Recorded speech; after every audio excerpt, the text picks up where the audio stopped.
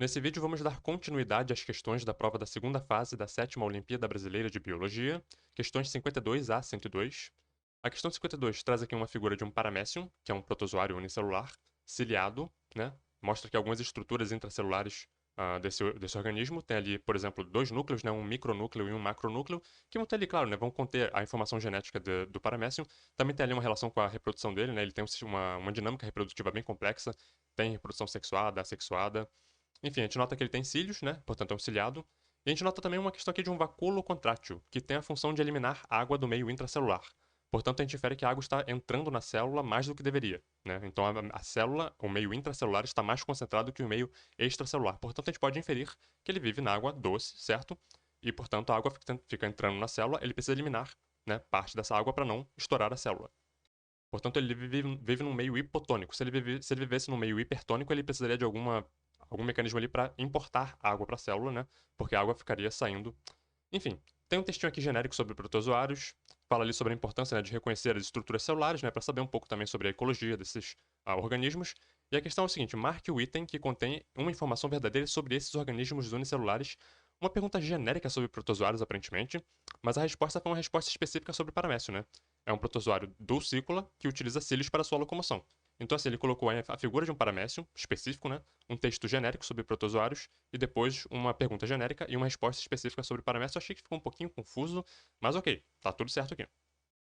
Bom, eu tenho tentado nos meus vídeos indicar, né, para vocês materiais, literaturas que tenham, né, ali uma qualidade para vocês poderem utilizar e, enfim, estudar, né, fazer aí um processo de pesquisa, de leitura mais aprofundado sobre os temas. E eu falo muito sobre esse livro aqui, né, o Invertebrados, de Bruce Campbell-Schuster. É um livro muito bom.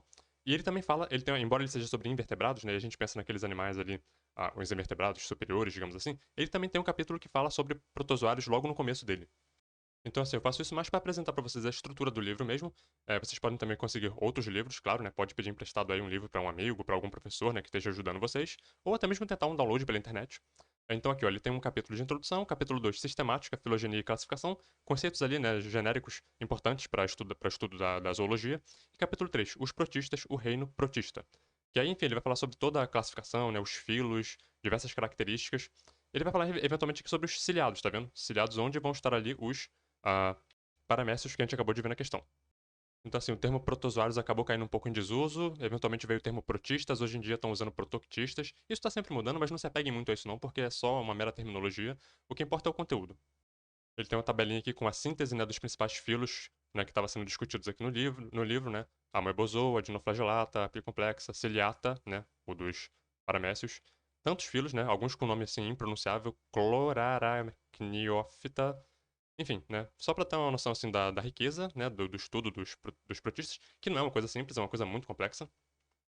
Temos aqui uma imagenzinha bonita de um paramécio, né? Uma imagem esquemática com aquelas estruturas que a gente viu lá na prova, mas a imagem ela estava meio ruim, né? E aqui também uma microscopia, né? É muito interessante buscar aí no YouTube vídeos, né, de microscopia ah, dessas células, né, desses bichinhos nadando. É muito interessante, é muito legal, é um mundo diferente, é um mundo que a gente, assim, nem imagina que existe, né, porque é microscópico, mas é muito interessante ver eles se mexendo, se movendo, se locomovendo, se alimentando. Atenção aqui para esse VEA aqui, isso aqui é o vacúolo contrátil, alguns vão chamar de vacúolo de eliminação de água ou de, enfim, coisas assim, né? Então assim, quando você vir isso aqui, é o vacúolo contrátil. E aqui uma tabelinha conveniente com algumas características principais do filo. Dá uma atenção aqui, né, para a questão da reprodução, né, os micronúcleos e os macronúcleos. A conjugação, né, eles vão trocar algumas situações reprodutivas, eles vão trocar micronúcleos, certo? Para ter ali uma variabilidade genética, né? No que seria o análogo à reprodução sexuada neles. Questões 53 a 55 vão girar em torno dessa figura aqui, com 4 mecanismos, né, de replicação do genoma viral. A gente vai ter aqui então, né, 1, 2, 3, 4. E a pessoa teria que se tocar aqui em algumas estruturas ali que indicam, né, qual seria o vírus, né, ou enfim, a linhagem ou a família do vírus a qual o vírus pertence, pelo mecanismo de replicação viral. Então a gente teria aqui RNA polimerases RNA dependentes, teria aqui transcriptase reversa, né? Não é todo vírus que faz transcriptase reversa, né? A pessoa tem que ter isso em mente. Um RNA fita simples, RNA de dupla hélice, né? Um RNA viral complementar. Essas estruturas aqui deveriam indicar para a pessoa qual seria então o vírus aqui e o mecanismo de replicação desse genoma. Certamente a qualidade da imagem não é boa e na tela aí deve estar pior ainda, né? Mas vocês podem fazer o download da prova lá no site da UBB e ver mais de perto. Ó, a transcriptase reversa eu só vi nesse primeiro aqui. Então aqui eu infiro, né, que seja um vírus que faz transcriptase reversa, e já me vem à cabeça logo o HIV, né? Bom, depois aqui no 2 a gente vai ter aqui alguma relação aqui com a polimerase, RNA polimerase RNA dependente, e a gente pensa já também em alguns grupos de vírus que têm esse genoma e que fazem esse tipo de replicação, né? Enfim, não adianta ficar falando porque eu sei que a imagem deve estar muito ruim aí. Bom, marque a alternativa de 53, né? Marque a alternativa que contém o ciclo reprodutivo do vírus da AIDS, o HIV. É esse aqui que eu mostrei, né? O 1. É o único que tem transcriptase reversa aqui, portanto teria que ser o 1. A 54 vai dizer o seguinte: marque a alternativa que contém o ciclo reprodutivo do vírus da influenza. Aquilo que eu falei, né? RNA dependente de RNA. Esse é um que a gente sabe que o influenza faz. Então eu colocaria aqui o 2, né? O influenza faz esse tipo de replicação aqui. E a 55 vai falar o seguinte: marque a alternativa que contém o ciclo reprodutivo do adenovírus. O adenovírus ele é complicado porque ele é um vírus de DNA. Em geral, eu posso até posso me complicar um pouco aqui, mas em geral ele é um vírus de DNA e ele vai fazer uma coisa que ele vai em algum momento incorporar o DNA dele, o genoma dele, ao DNA da célula hospedeira. Eu não vi isso aqui em nenhum desses mecanismos aqui que foram apresentados. Então, na dúvida, eu marcaria aqui a letra D, nenhuma das anteriores, porque eu não vi em nenhum momento aqui o ciclo que eu esperaria de um adenovírus. Recomendo correr atrás de um livrinho sobre virologia humana. Esse aqui, Norma Sueli, é muito bom. É um livro, tem imagens boas, tem um texto bom. Pode conseguir um outro aí também. É importante pegar um livro específico sobre virologia para justamente pegar aquela questão ali da replicação. E independente de qual seja o livro que você vai usar, eu recomendo focar nesses dois temas aqui: propriedades gerais do vírus. Todos os livros vão ter que ter algum capítulo falando sobre isso. E estratégias de replicação dos vírus. Fundamental para chegar naquele conceito lá daquelas questões. É impossível exagerar a importância de se estudar isso aqui, classificação de Baltimore. Essa questão aqui sobre justamente os genomas, né, DNA de fita dupla, eles dão aqui alguns exemplos, né, herpes vírus, aqui DNA de fita simples, é muito importante estudar isso aqui, classificação de Baltimore. A complexidade da estrutura dos genomas dos vírus é muito, né, tem muitas possibilidades, então tem DNA DNA fita dupla circular, DNA fita simples circular, tem fragmentado, né, enfim, são tantas opções. E você tem que lembrar o seguinte: todo vírus ele vai ter que, no final das contas, ter um RNA mensageiro para ele poder fazer a proteína, né? O RNA mensageiro é um RNA fita simples sentido positivo. Se o vírus tem esse RNA, como é o caso do coronavírus, por exemplo, ele já tem o RNA mensageiro dele. O genoma dele já é o RNA mensageiro. Mas se ele tem, por exemplo, um RNA sentido negativo, ele vai ter que criar uma fita complementar, né, com sentido positivo. Enfim, a complexidade está aí. É isso que vocês têm que estudar, tem que se aprofundar nisso. E isso é muito importante. Questão 56 vai falar sobre malária, vai falar algumas informações aqui, né, sobre a doença. E a pergunta é a seguinte: seu agente etiológico, ou seja, aquele que causa a malária, pertence ao gênero? Letra A é o famoso Plasmodium, né? Protozoário, né? Protoctista. E vale sempre lembrar que o mosquito Anopheles, ele é o vetor da malária. Ele não causa a doença, ele apenas carrega, né? Ele transmite o agente etiológico, que é o Plasmodium. Ainda sobre a malária, a questão 57 disse que, enfim, tem muitos trabalhos ali tentando encontrar antígenos, né, que possam ser usados em uma vacina antimalárica. Esses estudos se concentram principalmente em qual fase do ciclo de vida desse agente etiológico, né? A fase ali de merozoitos, e vamos tentar entender por quê. O Plasmodium ele vai ter diversas formas, né, ao longo do ciclo de vida dele. Ele pode estar na forma de esquizonte, trofozoito, pode virar gametócitos eventualmente, né? E geralmente ele vai estar dentro de células, seja célula hepática ou dentro do próprio eritrócito, né, que é a hemácia. Vai ter uma fase dele, que são os merozoitos, que é essa aqui, onde ele vai estar circulando na corrente sanguínea, buscando justamente, né, hemácias para ele poder infectar. Nessa fase aqui, quando ele está na corrente sanguínea, é onde ele fica exposto a agentes, como por exemplo os anticorpos, né, das vacinas. Então ele estaria vulnerável ali, exposto, né, a ser reconhecido pelo sistema imunológico da pessoa e produzir então anticorpos contra eles.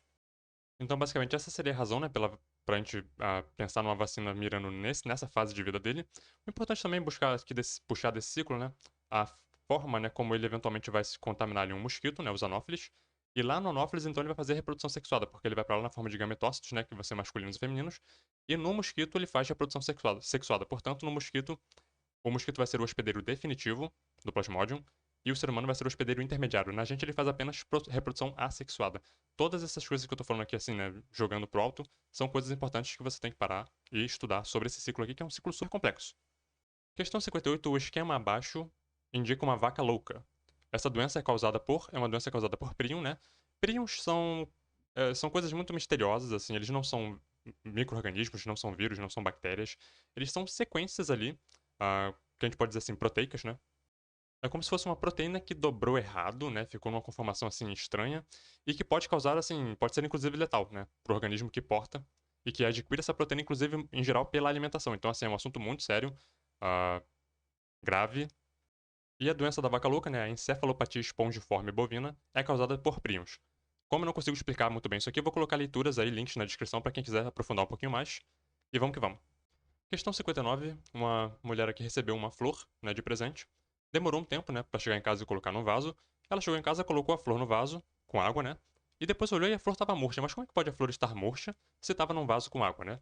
Embolia. Uma bolha de ar se formou, né, no xilema, na base do ramo da flor. E, bom, algumas plantas, né, herbáceas, assim, elas até conseguiriam recuperar, né, de um processo como esse, eu acho. Mas, em geral, plantas, assim, com um sistema vascular, né, mais desenvolvido, a coisa é mais complexa. E o que que você pode tentar fazer para recuperar, então? Você corta o caule, né, a parte ali do galho, acima de onde possivelmente se formou a bolha.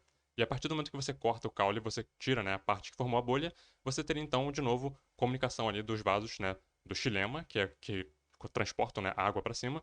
E, enfim, isso poderia ajudar a recuperar aquela flor ali no caso. É importante, quando for cortar um galho assim, já corta ele embaixo da água, né? Porque aí já evita de ter aquele momento ali que a parte ali cortada vai ficar em contato com o ar, né? E, enfim, pode formar ali uma microbolha. E isso já seria suficiente para causar ali danos à planta, né? Murchar. Esse problema é conhecido na anatomia vegetal como cavitação ou embolia. Tem esse trecho aqui do Thais Zeiger. Vocês podem tentar ler aí, pausa o vídeo e tentem ler esses parágrafos aqui. Eu vou tentar parar, né, a página. ah, Talvez vocês pausando o vídeo vocês consigam ler.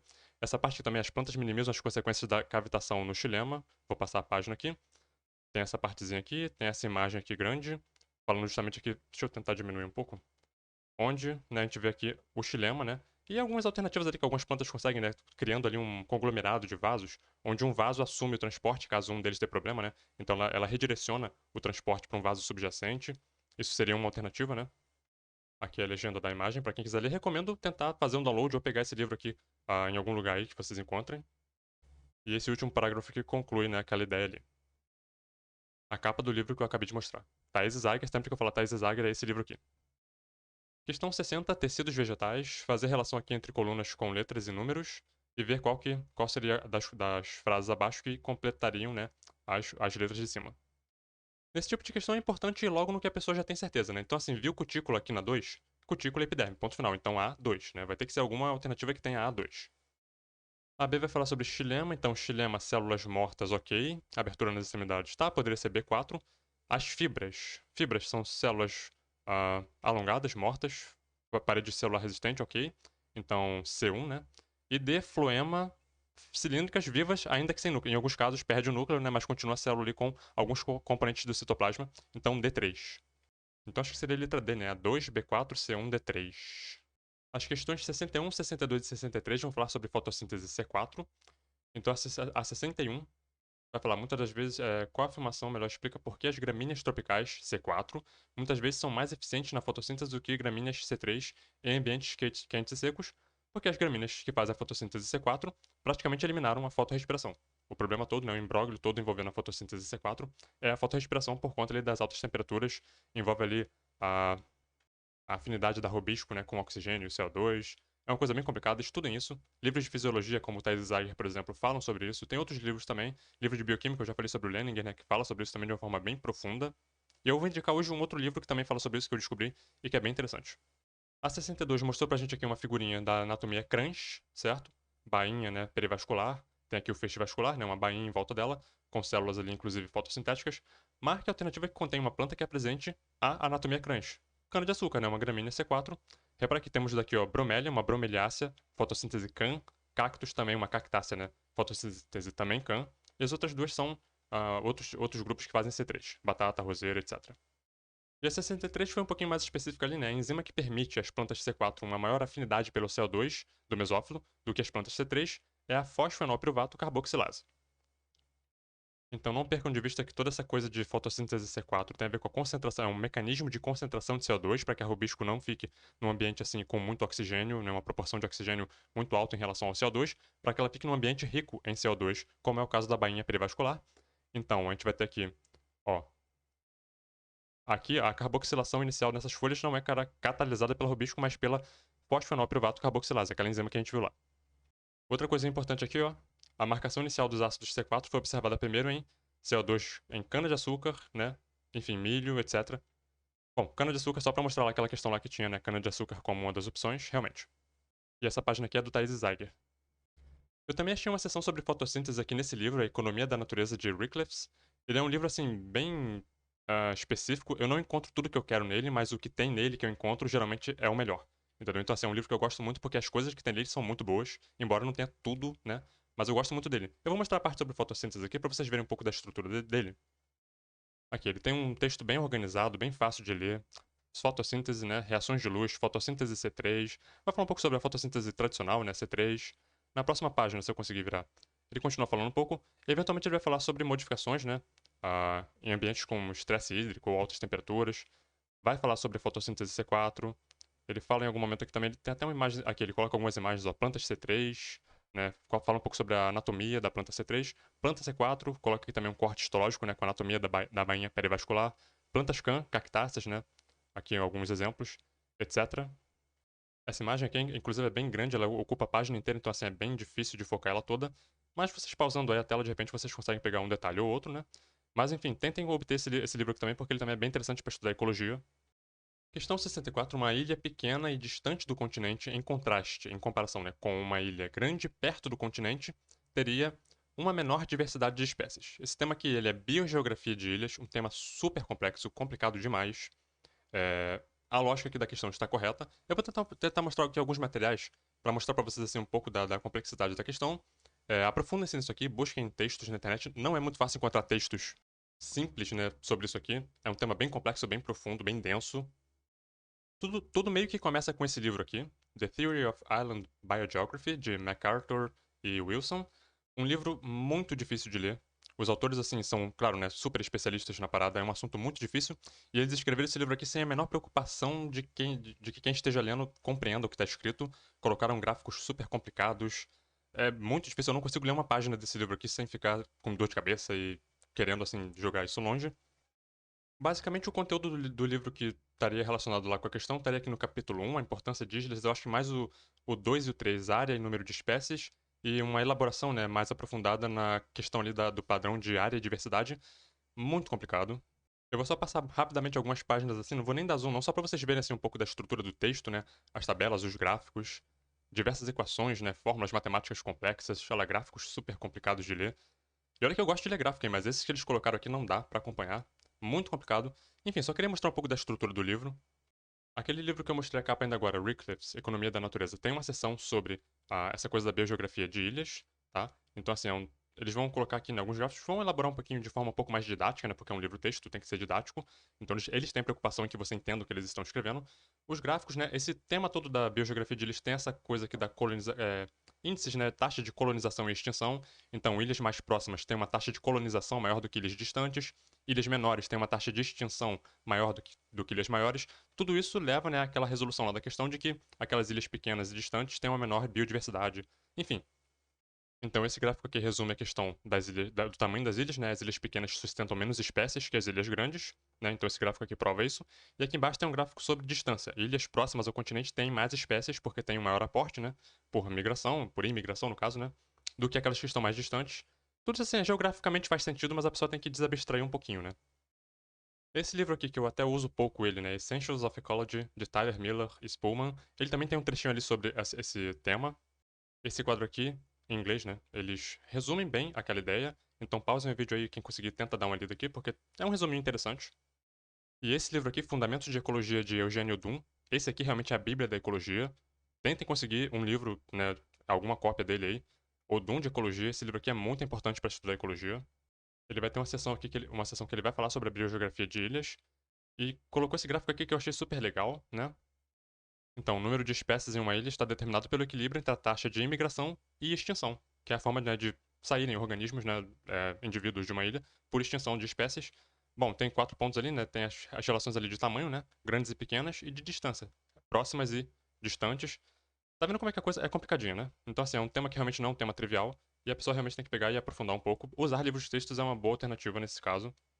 Mas se isso aqui dá um nó na sua cabeça, bem-vindo ao clube. Mas olha aqui, ó, a taxa de imigração é maior, certo? Em ilhas grandes. E vai ser ela vai diminuindo, né, conforme o número de espécies vai aumentando, isso também é natural, mas olha a taxa de extinção como é maior, né, em ilhas pequenas, e vai também aumentando conforme o número de espécies vai aumentando. Enfim, questão 65 é uma questão problemática, a gente tem que ter muito cuidado ao discutir ela, porque aqui a gente está bem no limiar ali entre aquilo que é científico e o que é social, cultural, etc. As cotas raciais étnicas buscam corrigir erros cometidos contra escravos no passado através do favorecimento. Repara que eu fiz umas pausas dramáticas aqui, né? De seus descendentes baseando-se na cor da pele destes. Enfim. Escolha a teoria lei biológica que justifique ser inadequada essa concepção de acordo com o gabarito lei da segregação independente dos fatores. A herança da cor da pele é uma herança poligênica, quantitativa. Eu acho que o que talvez, possivelmente, o autor da questão quis dizer com aquilo é que, por exemplo, você pode ter um alelo que você recebeu de um ancestral negro, né? Mas perdido em toda essa poligenia aqui, né? Aquele alelo que você recebeu de um ancestral negro estaria presente em você, mas você ainda assim teria um ferótipo de pele clara, né? Que seria considerado por muitos como branco. Isso aqui eu tô falando exclusivamente sobre cor da pele, não tô nem falando de cabelo, não tô falando de formato, né? Enfim, fenotipo de maneira geral. E talvez a ideia da questão fosse essa, né? O autor pensou nisso. Alguma pessoa poderia ter a pele clara, mas ter ali recebido, ter uma ancestralidade negra que não se expressa no fenótipo. Isso aqui faz algum sentido biologicamente, sim. Lembrando que, simplificadamente, né, para você ter uma pele mais escura, você precisa ter mais alelos dominantes para produção de melanina, né? Então você vai ter ali, dentro de alguns genes, você vai ter mais presença de alelos dominantes, você tem maior produção de melanina, certo? Então você teria a pele mais escura, menor presença de genes dominantes, ou seja, genes recessivos, né, em maior quantidade, você teria menos produção de melanina, portanto, pele mais clara. Eu julguei essa questão aqui, ela é problemática, como eu disse, ela é leviana, ela é irresponsável em diversos níveis. Eu acho que assim, ele pegou um tema solto da biologia e colocou assim num tema que é muito tem muito pouco de ciência nesse tema, é muito um tema muito mais assim de cunho social do que propriamente científico. E eu acho assim, ele pegar um tema assim e colocar uma lei científica, trazer Mendel para discussão, sabe? Pra talvez dar um embasamento ideológico naquilo que ele concorda, naquilo que ele acredita, né? Talvez seja uma pessoa que é contra a lei de cotas dentro desse formato que ele colocou. Enfim, a forma como ele escreveu o texto parece ser uma pessoa assim que tem uma mentalidade bem rasa em relação a esse tema. Por exemplo, ele colocou: as cotas raciais buscam corrigir erros. Eu pausei aqui porque, sério mesmo, ele acha que a escravidão foi um erro? Ele acha que o período escravocrata foi um erro, foi uma falha, um pequeno descuido, um equívoco? Não, aquilo lá foi um crime contra a humanidade, sabe? Foi genocídio, foi sequestro, foi cativeiro, foi, sabe, toda uma população inteira sofrendo apenas e tão somente por conta da etnia deles, certo? Então, assim, não foi um erro, não foi um mero erro. A forma como ele redigiu a questão mostra que é uma pessoa que não tem, assim, muito cuidado e muito apreço pelo tema. Ele coloca aqui embaixo ainda, busca corrigir esses erros, né, entre aspas, através do favorecimento de seus descendentes. Favorecimento? Você está favorecendo a população negra ao dar cotas para que eles entrem na universidade? Todas as estatísticas apontam que a população negra na universidade, assim, é uma porcentagem baixíssima. E sim, eu vivi em uma universidade pública no Brasil, sei exatamente disso. Eu sei a luta que é para os negros acessarem a universidade, porque vem de um ensino, em geral, fraco, né, precário, e chegam lá, tem que entrar, né, aos trancos e barrancos, matando um leão por dia. Você está favorecendo essas pessoas? Imagina que você vai correr uma corrida contra outras pessoas, mas você está posicionado 10 passos atrás de todo mundo na linha de largada. E aí alguém chega e pega você e tira você dessa posição, né, para trás e coloca você na mesma linha que todo mundo. Você foi favorecido ou foi apenas feita justiça, né, dentro das regras da corrida? Não, você não foi favorecido, foi feita justiça naquele momento, né? Você foi colocado no mesmo patamar para disputar aquela corrida com todos os outros concorrentes. A ideia aqui mais ou menos é essa. Então, em síntese, escravidão não foi um erro, foi crime, e a lei de cota não é um favorecimento, é justiça. É você fazer justiça contra pessoas que estão num ambiente, numa sociedade racista, né? Estruturalmente racista. E eu não sou um ideólogo, não sou de movimentos ideológicos. Não, eu tô aqui falando o que é verdade, o que qualquer pessoa que tem um mínimo de sensibilidade, que acompanha a discussão pública, né, nesse tema, sabe que é verdade.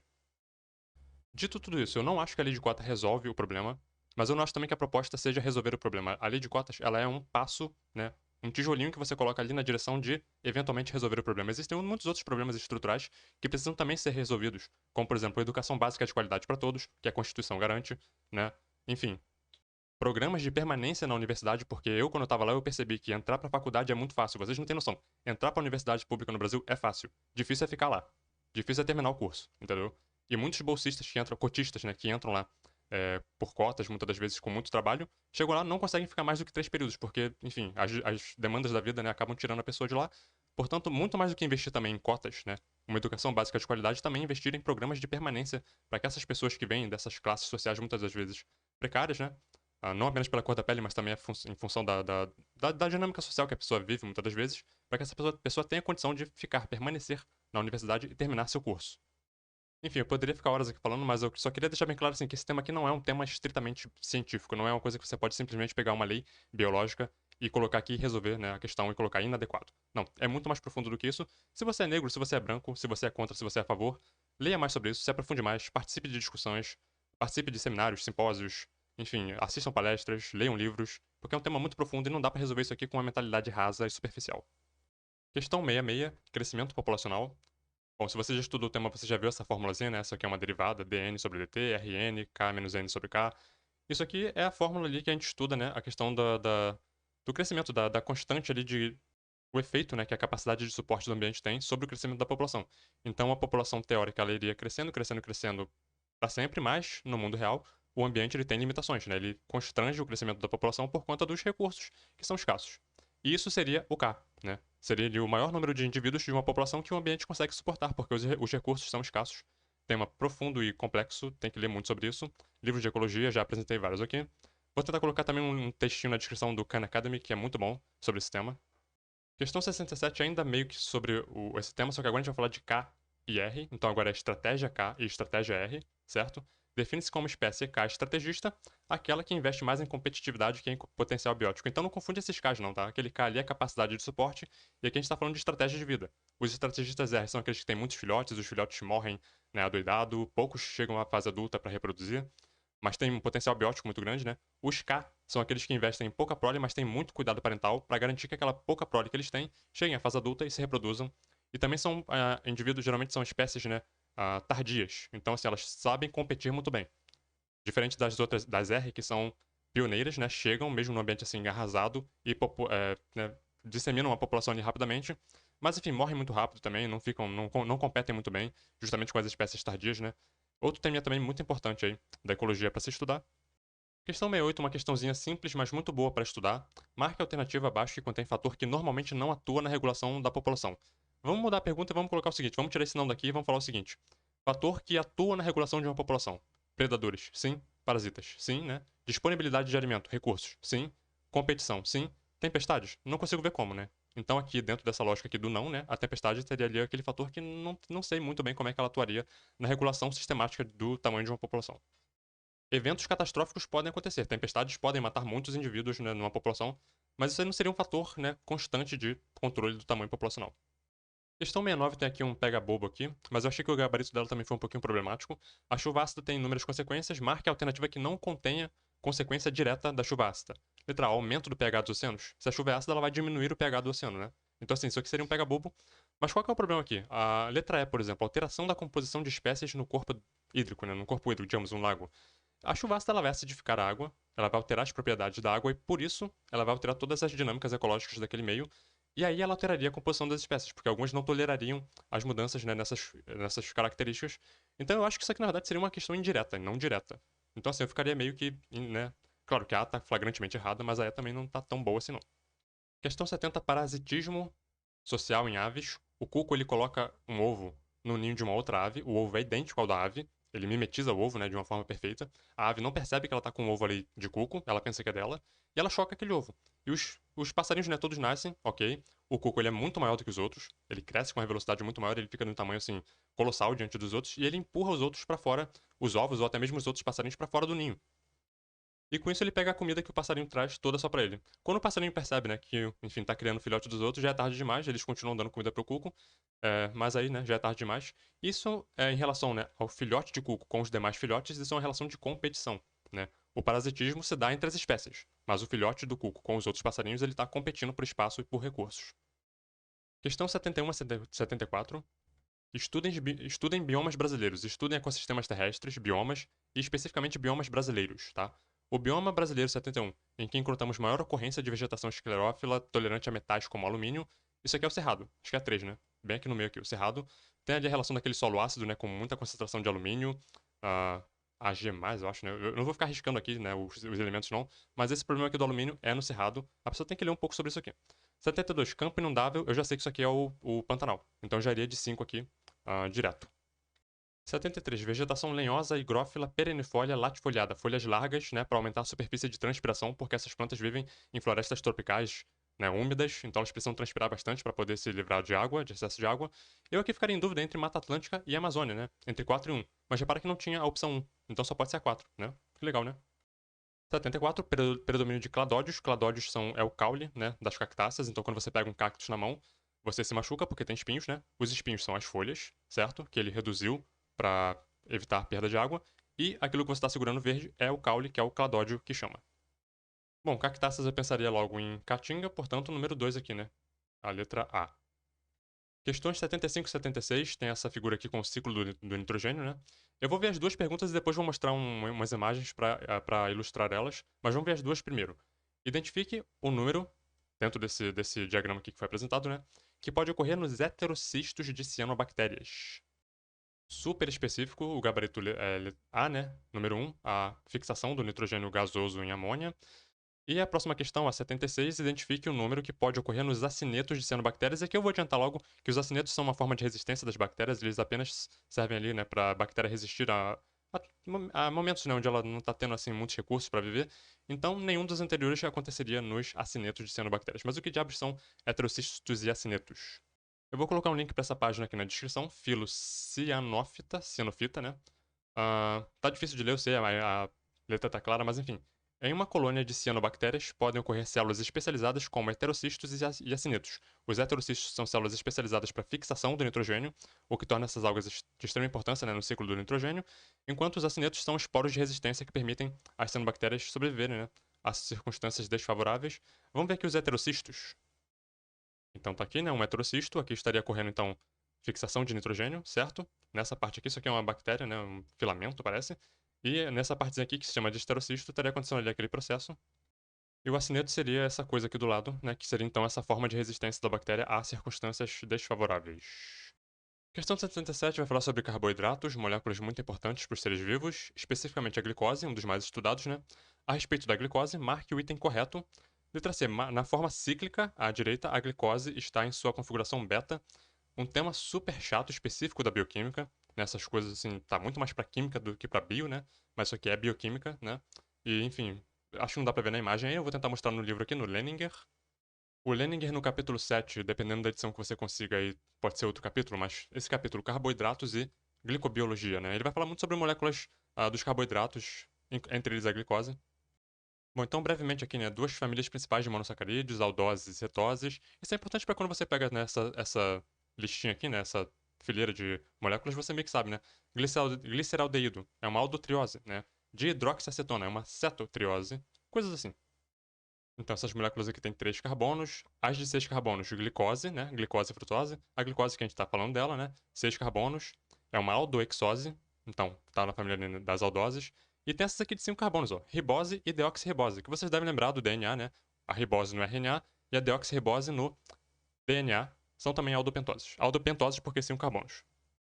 Nessa parte que ele fala, né, super importante que, na verdade, esses monossacarídeos eles têm estrutura cíclica, né? Eles representam dessa forma assim, né, como se fosse uma listinha, uma coisa, né, uma listra. Mas, em meio aquoso, em solução aquosa, né, eles têm uma forma cíclica. Eles formam, tipo, uma espécie de um ciclo.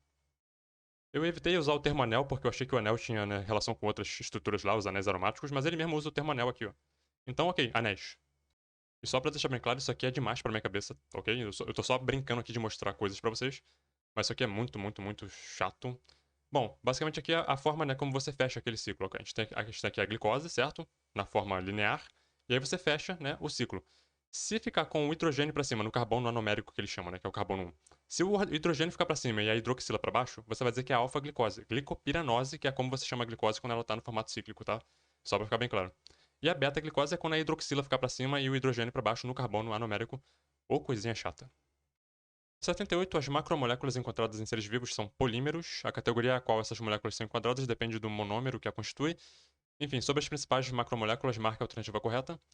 Aqui o gabarito era: o colágeno é constituído de vários resíduos de aminoácidos unidos por ligações peptídicas entre as porções carboxila de um aminoácido e a porção amina do outro. Uma ligação peptídica, né? Comum, aquela estrutura de ligação peptídica. E sim, existe um GIF para tudo na internet, então aqui é uma ligação entre dois aminoácidos, né? O grupo carboxila, o grupo amina. Eles vão se ligar, na velocidade que eles quiserem, vamos lá, né? A gente não tem pressa pra nada aqui. Formou água, certo? H2O, e a ligação peptídica, né? É aquele tipo de questão que a gente agradece que tem uma alternativa tão flagrantemente correta, né? Porque as outras é só pra realmente te confundir. Letra A, o glicogênio é constituído por várias aldocetoses, isso é, várias alfa-glicoses. Sabe, se isso aqui te pega assim distraído, você fica, né? Você não sabe dizer. A RNA é constituído por ribonucleosídeos, eu diria ribonucleotídeos. C, o triglicerídeo é constituído por três resíduos de ácido graxo unidos entre si. Eles não são unidos entre si, né? Eles são unidos a um glicerol, né? E fica ali o glicerol mais os ácidos graxos, eles não estão assim unidos entre si.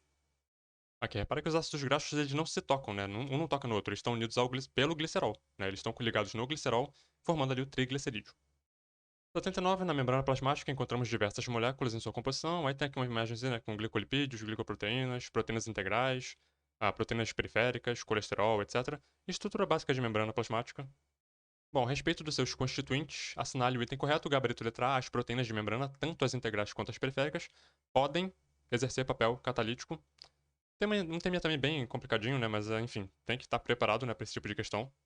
E sem a pretensão de me aprofundar muito nisso, porque o tema né, envolve muita leitura, eu vou indicar um capítulo desse livro aqui, Biologia Molecular da Célula, de Bruce Albert né, e companhia, capítulo 15.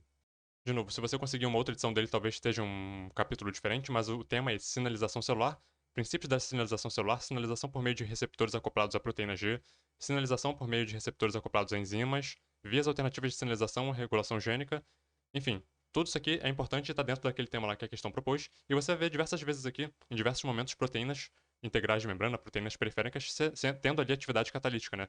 Atuando como enzimas, muitas delas, inclusive, são associadas a enzimas. Por exemplo, vocês vão lembrar que no vídeo passado a gente viu a sinalização, né, da contração do músculo liso por proteínas de sinase dependentes de sinal de calmodulina. Vocês lembram disso, né? Questão 80. Muitos desses temas que a gente está falando aqui, a gente já discutiu em vídeos passados, né? Eu já recomendei leituras sobre eles, mas são temas que vocês veem que são muito frequentes, né? Aquela coisa do equilíbrio ali da equação Michaelis-Menten, cinética enzimática, né? Enfim, o modelo aceito para descrever essa cinética enzimática, né, no modelo Michaelis-Menten, sobre esse modelo é correto afirmar que a constante Michaelis, né, Km, representa uma medida de afinidade da enzima pelo seu substrato. O Km é a concentração de substrato que você precisa para atingir metade da velocidade máxima, né? Lê sobre isso aqui, o gráfico tá aqui, tá meio que mostrando isso, né? Aqui você tem a Vmax, né? E aqui você tem o Km bem na metade, isso aqui seria a concentração de substrato, né? Enfim, é um teminha que exige leitura mesmo, não tem o que fazer. Questão 81, ele pede para olhar o gráfico e pergunta, pode-se afirmar que...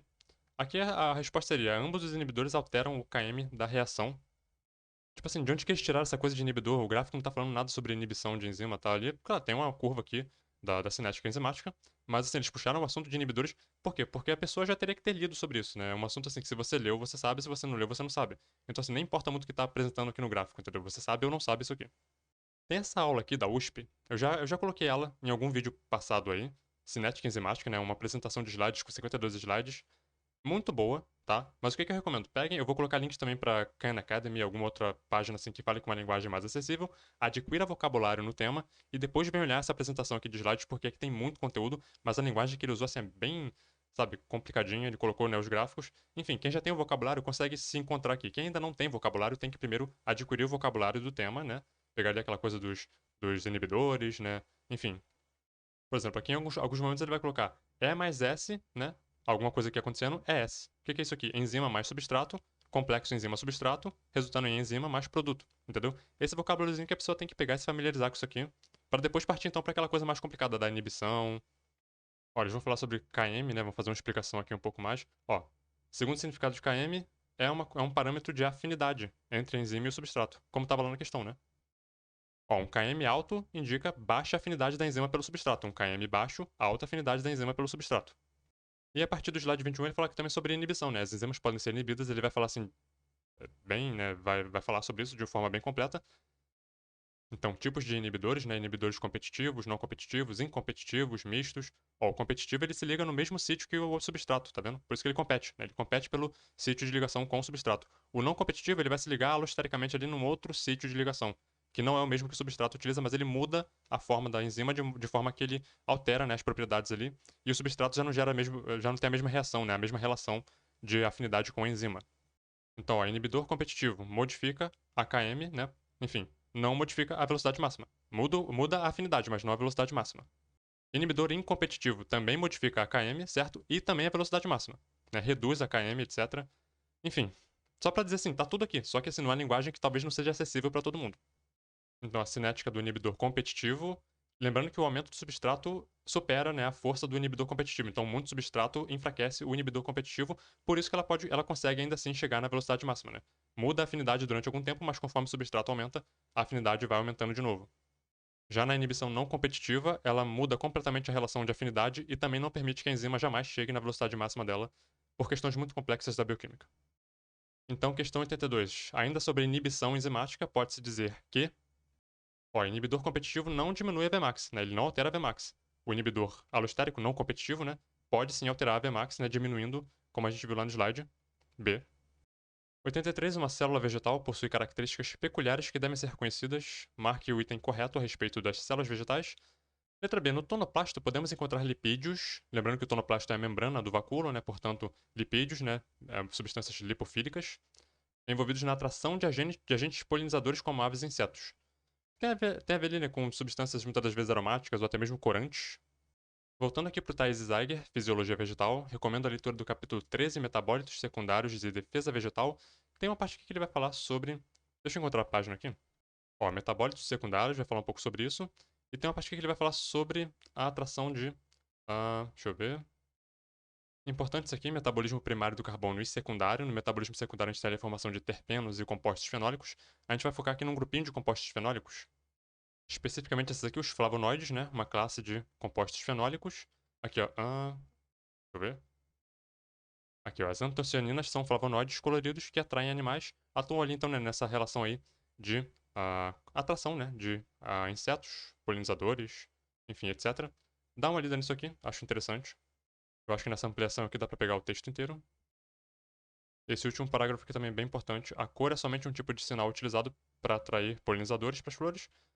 Os compostos químicos voláteis, em particular os monoterpenos, muitas vezes funcionam como odores atrativos. Tanto a cor quanto o odor podem servir ali como meios de sinalizar, né? De atrair.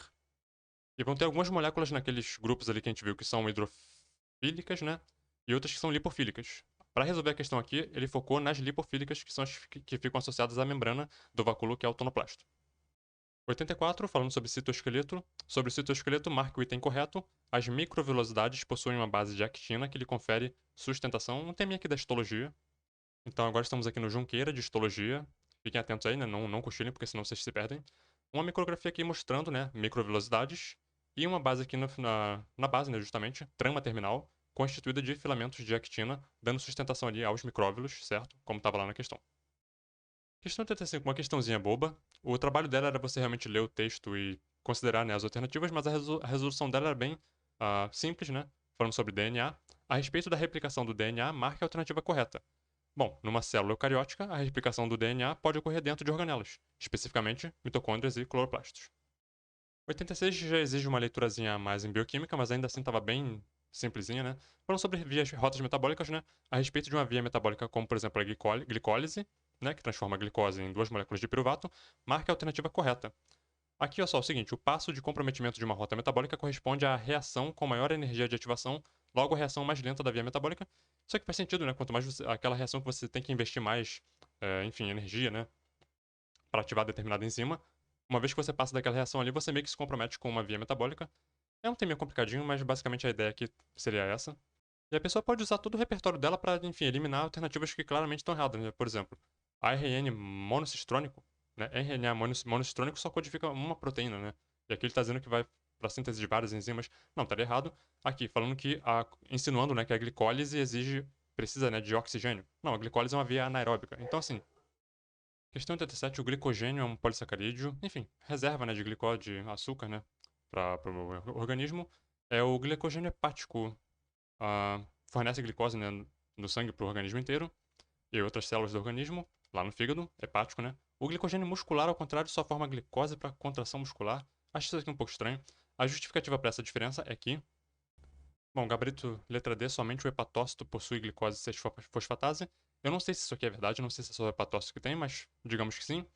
Eu vou tentar achar um texto sobre ciclo de Core para botar na descrição, eu acho que ajuda a iluminar um pouco aqui, é um tema bem chatinho, né? Mas no geral, assim, achei uma questão bem complicadinha. Mas isso aqui tudo está girando em torno de gliconeogênese, né? No fígado você vai quebrar o glicogênio, né, a partir de diversos precursores, como por exemplo o lactato, que é produzido no músculo, né? por metabolismo anaeróbico. Esse lactato pode gerar glicose no fígado, e essa glicose pode ser utilizada depois, né? Enfim. 88, os códons UGC, UAU, GCC e AGC codificam cisteína, tirosina, alanina e serina, respectivamente, né? E o códon UAG é um códon terminal, portanto ali não codifica nenhum aminoácido e para a tradução ali. Um fragmento de DNA que codifica serina, cisteína, tirosina e alanina, repara que ele deu uma embaralhadinha aqui, né, para atrapalhar um pouco a vida da pessoa, sofreu a perda na nona base nitrogenada. Enfim, o que vai acontecer com essa sequência de RNA que perdeu a nona base nitrogenada? Bom, eu esbocei uma baguncinha aqui, se eu errei alguma letra é vida, confiram aí depois. Bom, serina, cisteína, tirosina, alanina, término, certo? Então perdeu aqui a nona base nitrogenada, que seria esse U, né? O que vai acontecer? Esse UA tirou o U, esse G vai se ligar aqui, né? O AU vai virar UAG. O AG é um código de término, portanto, a tradução terminaria aqui. Isso aqui ignora. Ficaria uma sequência apenas com serina e cisteína. Portanto, podemos dizer que a tradução seria interrompida no segundo aminoácido. 89 é a técnica cromatográfica mais indicada para purificação de proteínas com diferentes massas moleculares. Seria, então... Engraçado, quando eu li aquilo ali, por algum motivo me veio a palavra filtração na cabeça. E quando eu li as alternativas, tinha cromatografia por filtração em gel. E, enfim, eu marquei isso e, no final das contas, estava correto.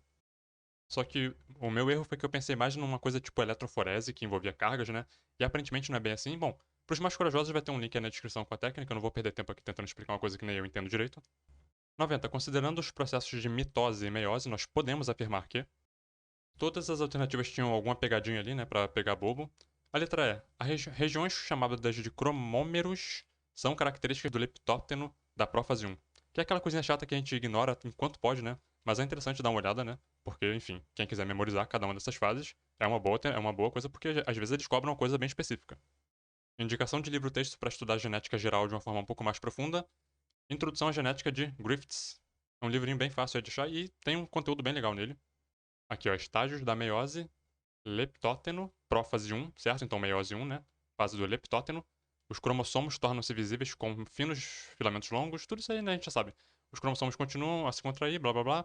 Pequenas áreas de espessamento, cromômeros, desenvolvem-se ao longo de cada cromossomo, dando-lhe o aspecto de um colar de contas, que são essas bolinhas aqui que, olhando, né, num plano geral, ficaria daquele jeito ali. Pra quem quiser pausar ele, laptop, prófase 1, prófase 2, prófase 1 ainda, né? Zigóteno, ó, prófase 1, leptóteno, prófase 1, zigóteno, prófase 1, paquíteno. Agora eu vou virar a página. Prófase 1, diplóteno, prófase 1, diacinese. Agora vamos para metáfase 1, que é isso aqui, certo? Aí vem a anáfase 1, prometa Ana, teló, né? Enfim. Continua aqui, anáfase avançada, telófase 1, intérfase, aquela fase, né, intermediária. Voltei para a página anterior porque continua, faz meio que um ciclo, né? Prófase 2, metáfase 2, anáfase 2, telófase 2. E eventualmente ali, a formação aqui no caso era um grão de pólen, né? Que era o exemplo. 91. Suponha que o indivíduo da espécie humana, 23 pares de cromossomos, né? Não tenha a ocorrência de permutação, então assim, não tem crossing over, né? Enfim, partindo da premissa que os homólogos são distintos, então você vai ter um par de homólogos para cada cromossomo, e eles são diferentes um do outro, o número máximo de gametas diferentes que um indivíduo poderá formar, você vai ter duas possibilidades para cada cromossomo, são 23 cromossomos, então 2 elevado a 23, né? 92. Muitos osteites, peixes ósseos marinhos, utilizam o ambiente estuarino, que é aquele encontro ali, né, da água doce com a água salgada, para a reprodução.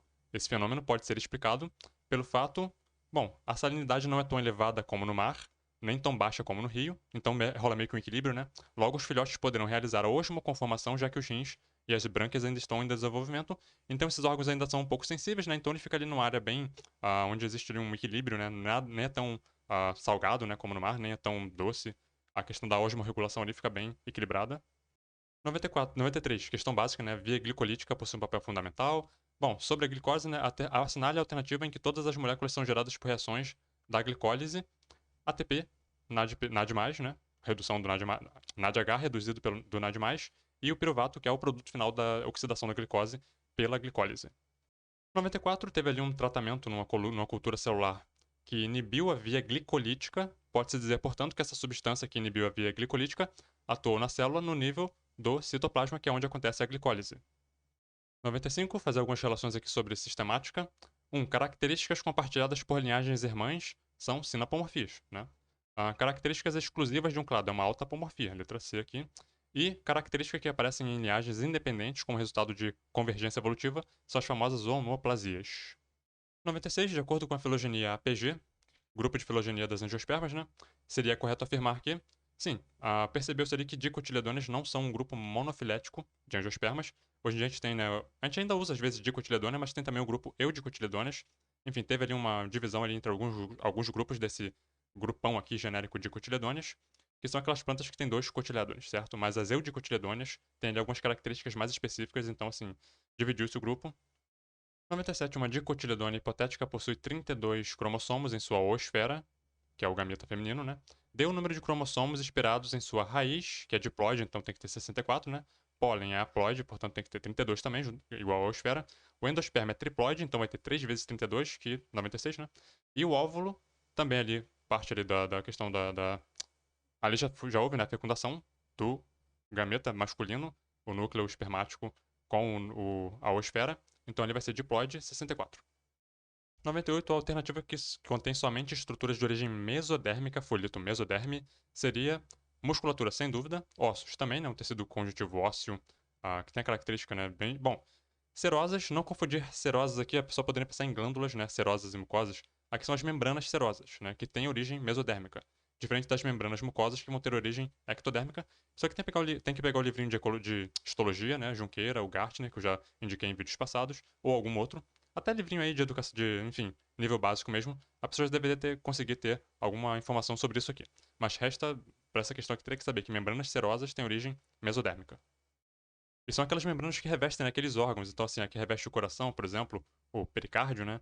As que revestem a cavidade ali do pulmão, né, a pleura. E nos intestinos tem lá o peritônio. Então, pericárdio, peritônio e pleura, acho que é isso, né? Bom, 99, celomas dos cordados é considerado como uma cavidade corpórea secundária. Essa classificação decorre do fato dele surgir após a etapa da gastrulação. Então você tem ali, né, a mórula, a blástula, eventualmente a gástrula, né, que forma ali aquela primeira invaginação no embrião. E ali surge então o celoma, né, que depois é revestido pela mesoderme, nos celomados vertadeiros, né. E enfim, isso aqui tem que pegar algum materialzinho aí sobre embriologia para estudar essas etapas aqui. Já deixo então logo aqui também uma recomendação de livro de embriologia, Larson, né? Livraço, muito bom, para estudar embriologia, as etapas e tudo mais, o desenvolvimento embrionário humano, né? Também gosto muito dessas apostilas CCERG, né, da CEDERJ, sobre zoologia, tem vários temas, né? Aqui nessa aqui, por exemplo, o módulo 2, ele vai falar, tem uma parte que ele fala sobre deixa eu dar um zoom aqui.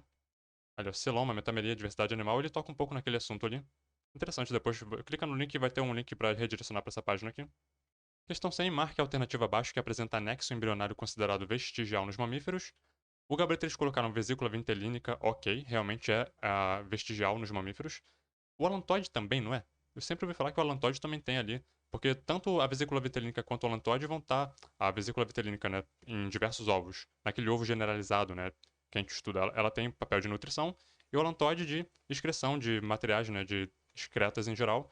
Esses dois aqui, no feto dos mamíferos, por exemplo, o ser humano, se unem, né, e formam ali, tô simplificando aqui, tá, mas vão dar origem, né, àquela estrutura chamada cordão umbilical, que tem tanto a função ali de nutrição, né, pela corrente sanguínea da mãe, como também de excreção de dejetos, né, de substâncias tóxicas que surgem ali no metabolismo do embrião, do feto. Então, assim, eu acho que o alantoide também seria vestigial, mas eu tô assim, isso aqui é a minha especulação aqui. Leia um pouco mais sobre isso. Tá, entendi qual é o problema. É porque eu tava com embriologia humana na cabeça. Olha aqui, ó, nos mamíferos o tamanho do alantoide depende da capacidade de blá blá blá. E em embriões humanos o alantoide é um saco vestigial, ou seja, em seres humanos é um anexo vestigial, mas em outros mamíferos, por exemplo, suínos, né, é uma estrutura grande e importante, ou seja, a gente não pode generalizar mamíferos, né, como o alantoide vestigial. Em humanos ele é, em outros mamíferos talvez não. A questão 101 diz que existe uma aparente relação de tamanho com o tempo de gestação de mamíferos.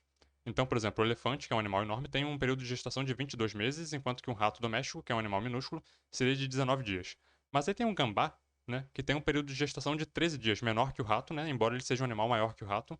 Bom, a principal explicação para essa diferença encontrada no gambá seria o fato de que ele é um animal metatério com placenta incompleta. O famoso marsupial, né?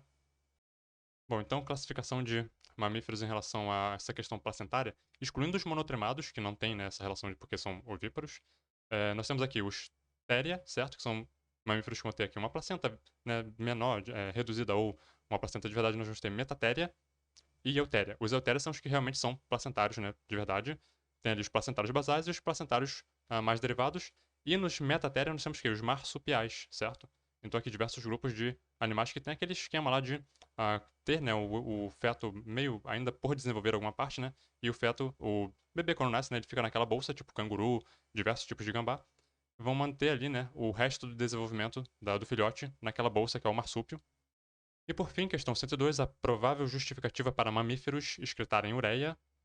Tem ali a relação, né? A ureia, as excretas nitrogenadas, né? A amônia, o ácido úrico e a ureia, eles têm ali relações, né? De solubilidade em água e toxicidade, né? Então eu vou mostrar um quadrinho depois sobre essas relações.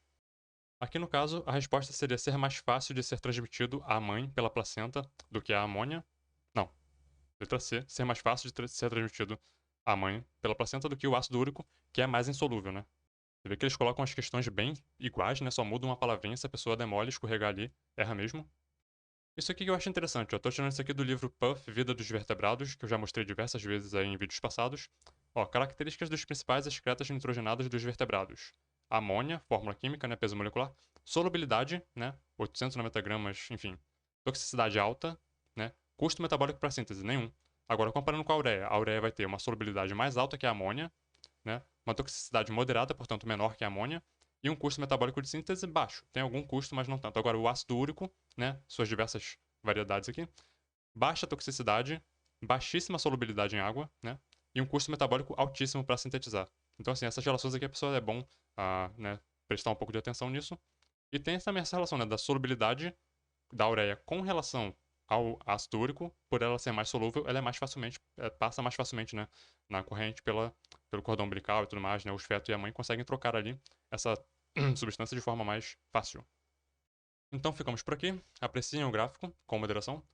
Não estou mais aguentando falar uma palavra, então vou parar logo. Enfim, até a próxima.